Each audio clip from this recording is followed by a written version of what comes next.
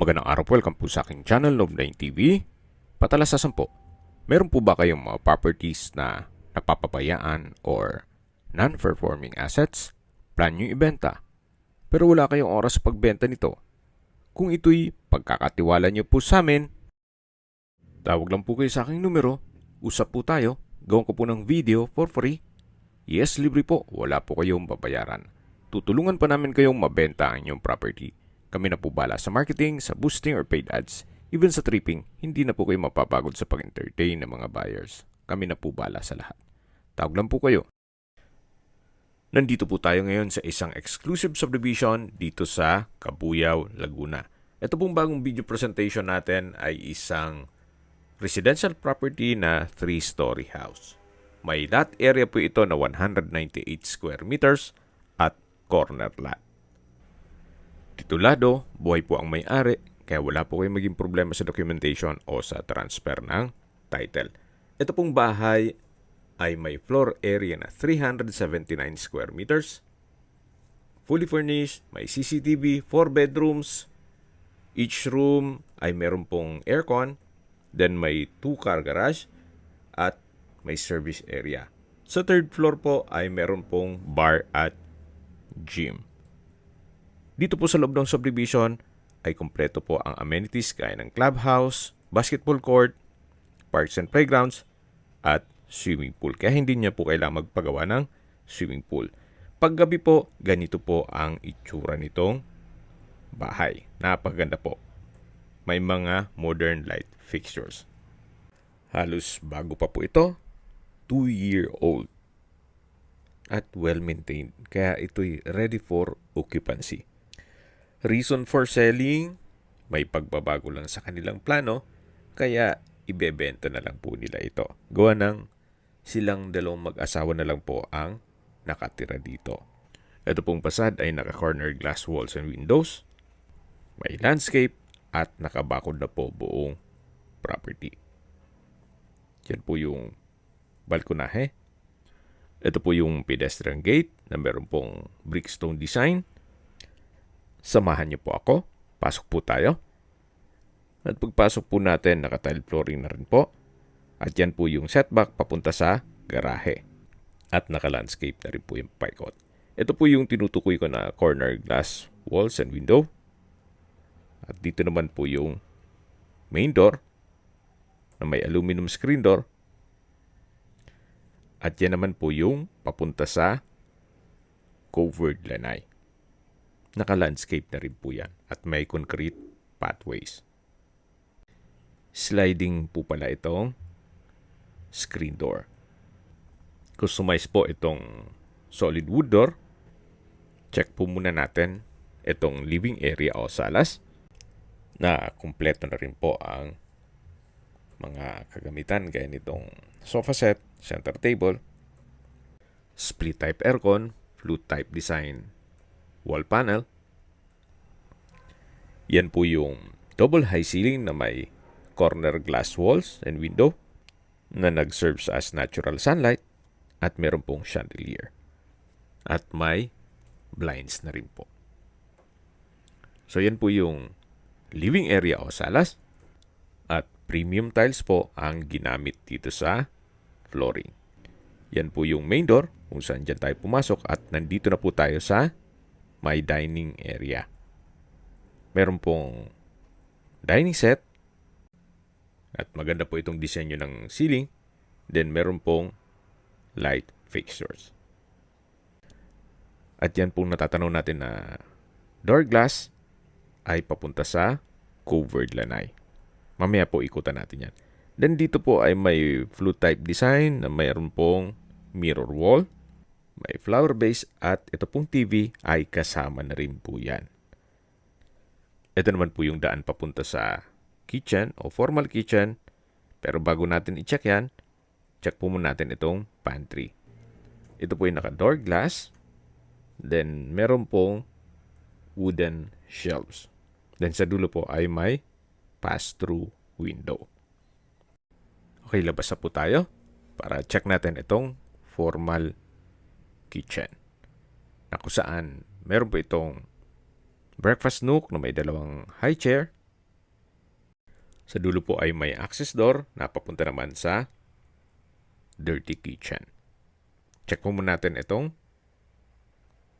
formal kitchen na may kitchen countertop, nano block kitchen sink with faucet, may modular kitchen cabinet, kitchen drawer, may oven, then induction cooker, at may range hood. Ito pong refrigerator ay kasama na rin po yan. Dito naman po yung maid's room.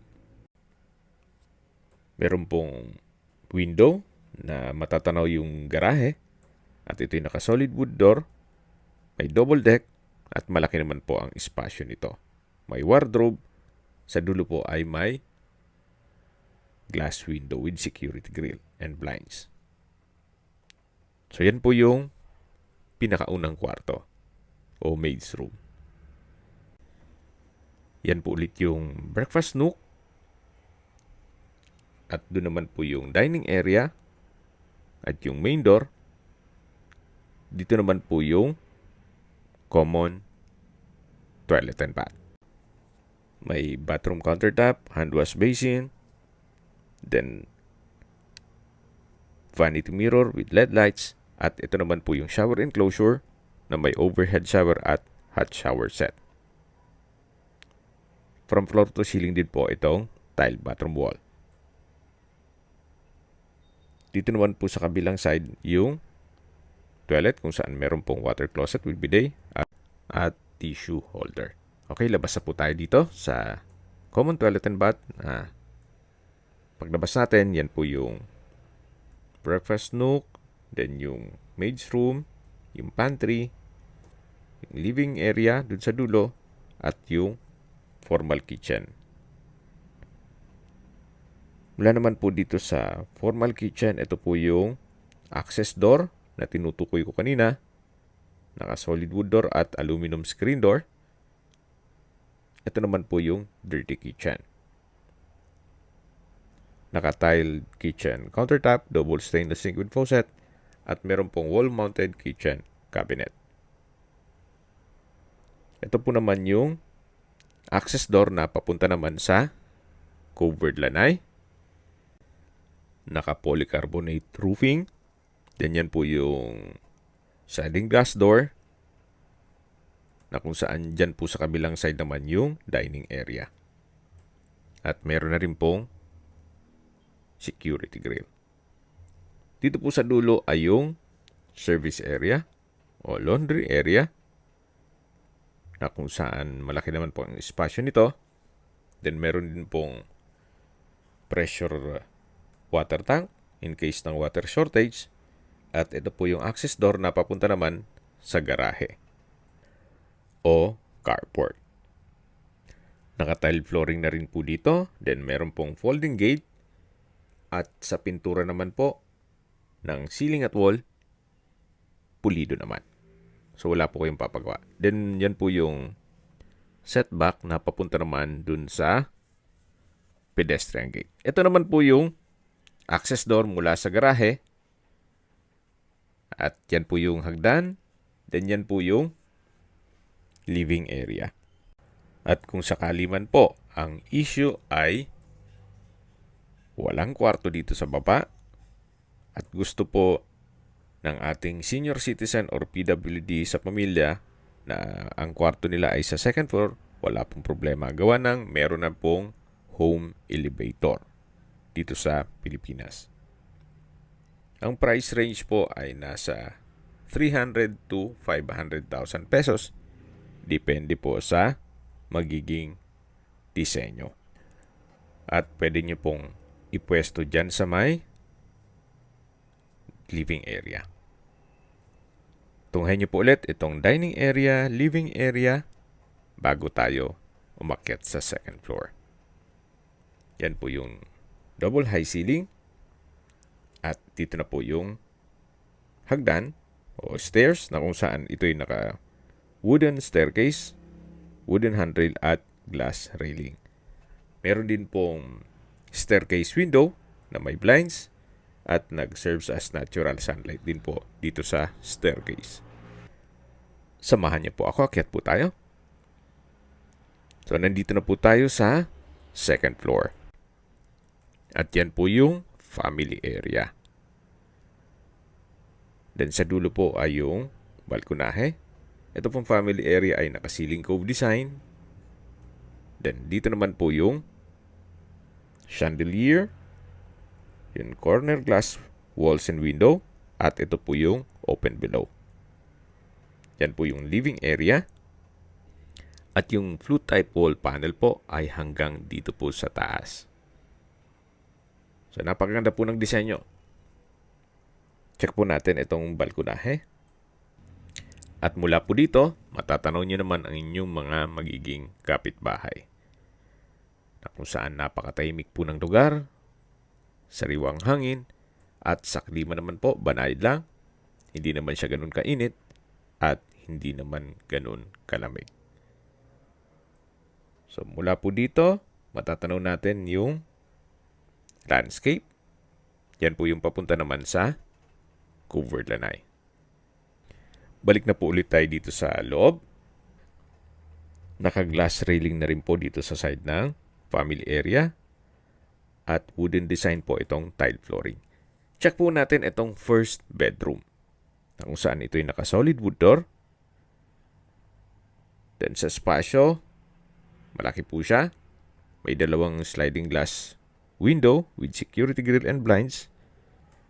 Meron pong window type aircon, study table or computer table, bed frame and mattress, at meron pong wardrobe. Ito po yung first bedroom. Labas po tayo. At dito naman po yung common toilet and bath, na kung saan meron din pong bathroom countertop, hand wash basin, vanity mirror,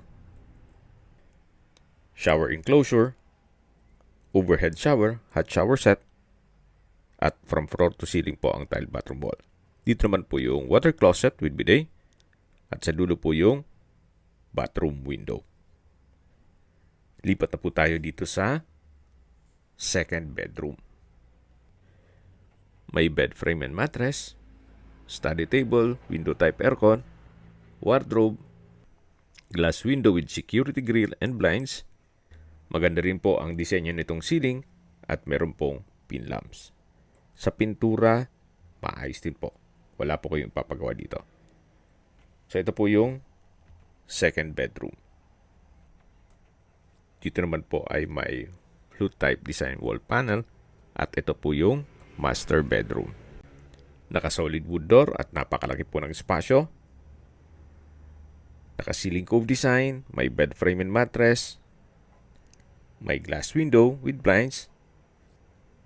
Then sa dulo po ay may sliding glass door na papunta naman sa balkonahe. Pero check po muna natin itong walk-in closet at toilet and bath.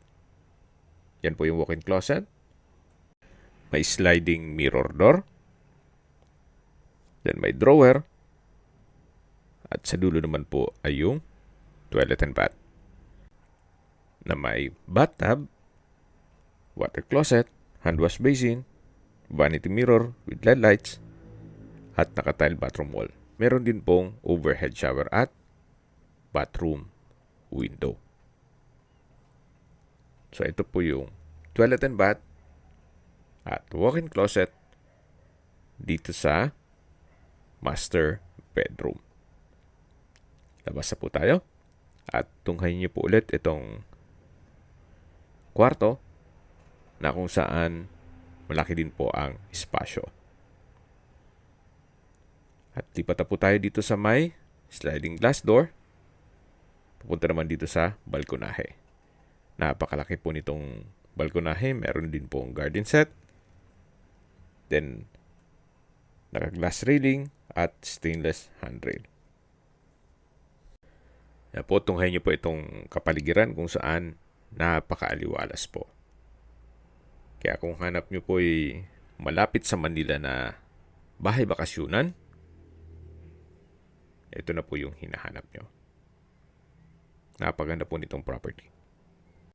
Sa mga nag-skip po ng video, Ito pong property ay nasa isang exclusive subdivision dito sa Cabuyao, Laguna. Ito pong bahay ay may floor area na 379 square meters at fully furnished. Meron pong CCTV, 4 bedrooms with aircon, may formal kitchen, service area, pantry, at covered carport. At tungkol naman po sa dokumento nito, ito po'y titulado, buhay po ang may-ari, kaya wala po kayong maging problema sa documentation o sa transfer ng title. Nandito na po tayo sa hagdan kung saan ito po yung papunta sa roof deck o third floor.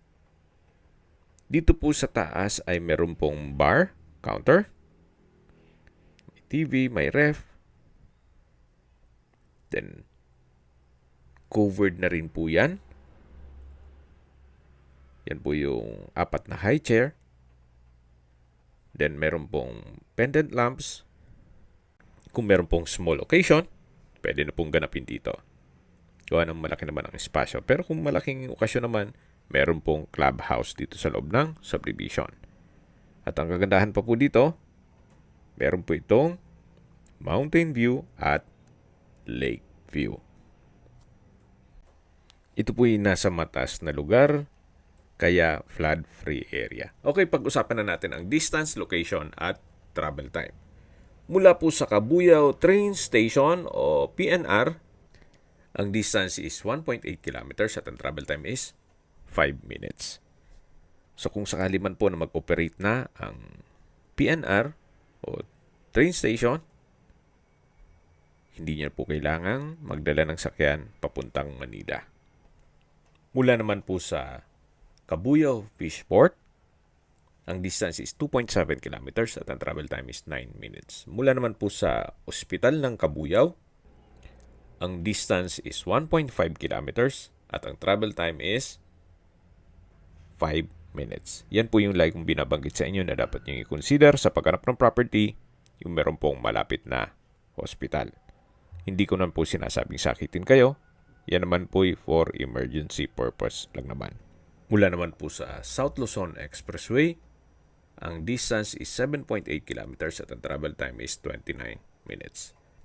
Kung manggagaling naman po sa airport, ang distance is 40 kilometers at ang travel time is 1 hour and 8 minutes.